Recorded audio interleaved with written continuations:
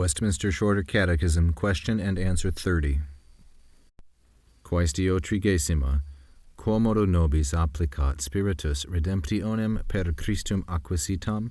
Responsio. Spiritus nobis applicat redemptionem per Christum acquisitam, fidem in nobis efficiendo, ac per eandem nos Christo invocatione nostra efficaci uniendo.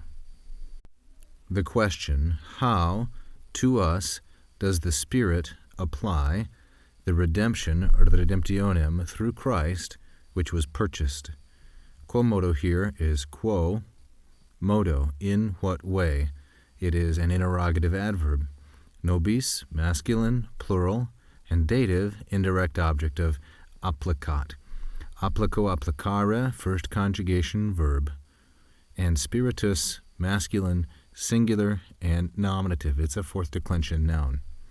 The Spirit apply to us, and then redemptionem, feminine, singular, accusative, direct object. The redemption and redemptionem, this third declension noun in the accusative, is modified by acquisitam, same gender number case. The redemption that was purchased per Christum, through Christ or by Christ.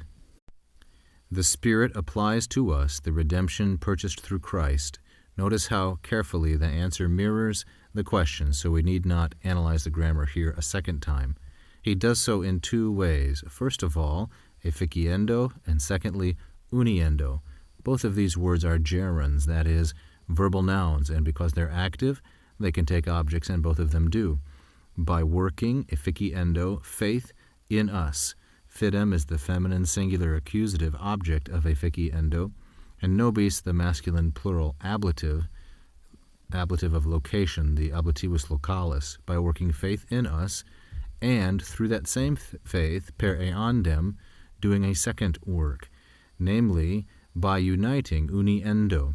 The object of uniendo is nos, which is masculine plural and accusative, and by uniting us, nos, to Christ, Christo, masculine singular, dative of indirect object, and uniting us to Christ in this way, in vocatione nostra efficaci, in the calling, our calling, that is effectual.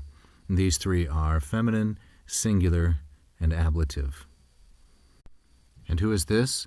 This gentleman is Ralph Brownrigg, who lived from 1592 to 1659. He was nominated to the Westminster Assembly, but apparently never actually attended. He was, in addition, the Bishop of Exeter.